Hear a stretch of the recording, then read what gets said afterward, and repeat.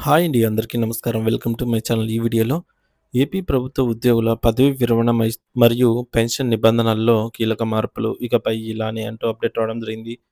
So, దీనికి సంబంధించిన పూర్తి వివరాలు ఈ వీడియోలో తెలుసుకుందాము. వీడియో అయితే ఎక్కడే గాని స్కిప్ చేయకుండా ఎండ్ వరకు చూసేయండి. అప్పుడే ఇన్ఫర్మేషన్ పూర్తిగా అర్థమవుతుంది. అలాగే వీడియో చూస్తున్న ప్రతి ఒక్కరు వీడియోకైతే లైక్ చేయండి ఫ్రెండ్స్. ఈ వీడియోని తోటి ఉద్యోగ, పెన్షన్ మిత్రులతో అయితే షేర్ చేయండి. కొత్తగా మన ఛానల్ చూస్తున్నవారు ఇంకా ఎవరైనా సబ్స్క్రైబ్ చేసుకోకుంటే వెంటనే మన ఛానల్ అయితే సబ్స్క్రైబ్ చేసుకోండి. సో, దీని ద్వారా నేను చేసే లేటెస్ట్ వీడియోస్ అన్నీ మీ వరకు రీచ్ అవుతాయి. ఇక ఆలస్యం చేయకుండా వివరాల్లోకి అయితే వెళ్ళిపోదాము.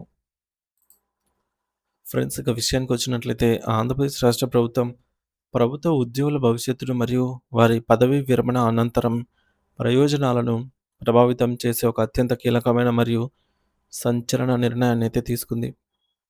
ఉద్యోగుల పదవీ విరమణ ప్రక్రియ మరియు వారికి అందే పెన్షన్ నిబంధనల్లో సమూల మార్పులు చేస్తూ ప్రభుత్వం సరికొత్త మార్గదర్శకాలను రూపొందించింది.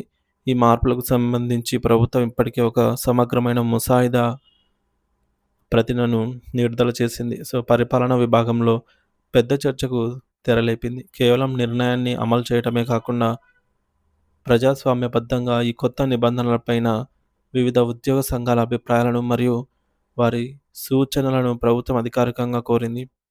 మరి ఈ ప్రతిపాదనలో అత్యంత ప్రధానమైన అంశం ఏమిటంటే, ఒక ఉద్యోగి తన సర్వీస్ కాలంలో మొత్తం 33 ఏళ్ల పని కాలాన్ని అయితే పూర్తి చేసినట్లయితే, సదరు ఉద్యోగికి పదవీ విరమణ చేయించే పూర్తి అధికారం ప్రభుత్వానికి ఉంటుంది. అంటే వయసుతో సంబంధం లేకుండా 33 ఏళ్ల సర్వీసు నిండిన వారిని ప్రభుత్వం ఇంటికి పంపేలాగా కొత్త నిబంధనను సిద్ధం చేశారు. ఈ ప్రతిపాదిత నిబంధన ప్రకారం ప్రభుత్వం ఒక ఉద్యోగిని పదవీ విరమణ చేయించాలనుకున్నప్పుడు వారికి ముందుగానే ముందస్తు నోటీసు ఇవ్వటం, లేదా ఆ నోటీసు కాలానికి సరిపడా జీతభత్యాలను ఒకేసారి చెల్లించి తక్షణమే విధుల్లో నుంచి తప్పుకోమని కోరే అవకాశం ఉంటుంది. మరి ఇలాంటి నిర్ణయం తీసుకోవటం వల్ల పరిపాలనలో వేగం పెరుగుతుందని ప్రభుత్వం భావిస్తూ ఉండగా, ఉద్యోగుల్లో మాత్రం కొంత ఆందోళన నెలకొంది.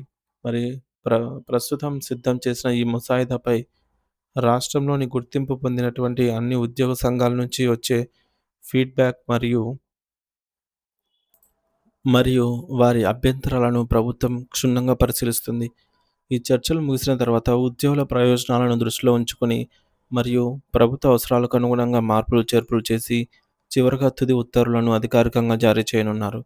ఈ కొత్త నిబంధనలు అమల్లోకొస్తే రాష్ట్ర ప్రభుత్వ ఉద్యోగుల సర్వీస్ నిబంధనల్లో దశాబ్దాల కాతం దశాబ్దాల కాలంగా ఉన్నటువంటి పాత పద్ధతులు పూర్తిగా మారిపోతాయి.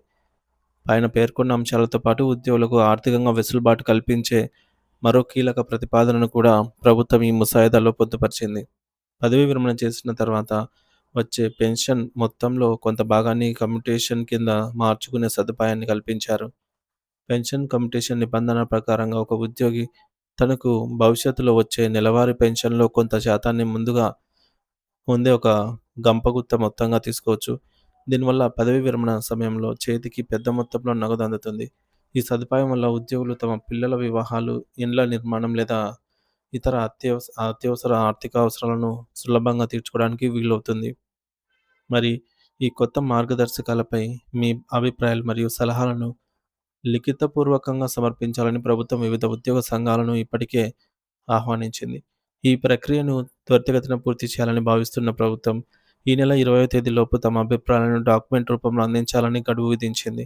సుదీర్ఘకాలంగా అంటే 1980 నుండి అమల్లో ఉన్న ఆంధ్రప్రదేశ్ రివైజ్డ్ పెన్షన్ రూల్స్ 1980 స్థానంలో సరికొత్త Andhra Pradesh civil service pension rules నిబంధనలు 2026ను తీసుకురావడం వెనుక ఉన్న ప్రధాన ఉద్దేశ్యం మారుతున్న కాలానికి అనుగుణంగా పెన్షన్ విధానాలను సరళీకరించడం. ప్రభుత్వం రూపొందించిన ఈ కొత్త ముసాయిదా ఏకంగా 98 పేజీల భారీ డాక్యుమెంట్‌గా ఉంది. ఇందులో ఉద్యోగుల నియామకం నుండి పదవీ విరమణ వరకు పెన్షన్ పొందే ప్రతి దశపై స్పష్టమైన నిబంధనలను వివరించారు. మరైతే 33 ఏళ్ల సర్వీస్‌ను కాగానే పదవీ విరమణ చేయించే అంశంపై ఉద్యోగ వర్గాల్లో కొంత అస్పష్టత నెలకొంది. ఎందుకంటే ఇది ప్రభుత్వానికి విశేష అధికారాలను కల్పిస్తుంది. పెన్షన్ లెక్కల విషయానికొస్తే ఒక ఉద్యోగి పూర్తి పెన్షన్ సౌకర్యం పొందడానికి కనీసం 10 సంవత్సరాల సర్వీసును కలిగి ఉండాలి మరియు గరిష్టంగా 33 ఏళ్ల సర్వీస్‌ను పరిగణలోకి తీసుకుంటారు. ఈ లెక్కల ప్రకారం ఒక ఉద్యోగి తాను చివరగా తీసుకున్న వేతనంలో సుమారు 50% మొత్తాన్ని కూడా నెలవారీ పెన్షన్‌గా పొందే అవకాశం ఉంటుంది. అంటే ఒక ఉద్యోగి ఎక్కువ కాలం సర్వీస్ చేస్తే వారి పదవీ విరమణ తర్వాత వచ్చే ఆర్థిక ప్రయోజనాలు కూడా మెరుగ్గానే ఉంటాయి. మరి ప్రస్తుత ప్రభుత్వం ప్రవేశపెట్టిన ఈ ప్రతిపాదనలు ఉద్యోగుల భవిష్యత్తుపై తీవ్ర ప్రభావం చూపే అవకాశం ఉన్నందున ఉద్యోగ సంఘాలు ఇచ్చే నివేదిక చాలా కీలకంగా మారనుంది. అందరి అభిప్రాయాలను క్రోడీకరించిన తర్వాత ప్రభుత్వం తీసుకునే తుది నిర్ణయం కోసం లక్షలాది మంది ఉద్యోగులు ఆసక్తిగా ఎదురుచూస్తున్నారు. ఈ మార్పులు కేవలం పెన్షన్ మొత్తానికి పరిమితం కాకుండా ఉద్యోగుల పనితీరును మరియు ప్రభుత్వ పాలనా సామర్థ్యాన్ని మెరుగుపరచడానికి ఉద్దేశించిందిగా అయితే కనిపిస్తున్నాయి. ప్రభుత్వం మరియు ఉద్యోగ సంఘాల మధ్య జరిగే ఈ చర్చలు సఫలమైతే 2026 నుండి కొత్త పెన్షన్ విధానం అమల్లోకి వచ్చే అవకాశమే ఉంది.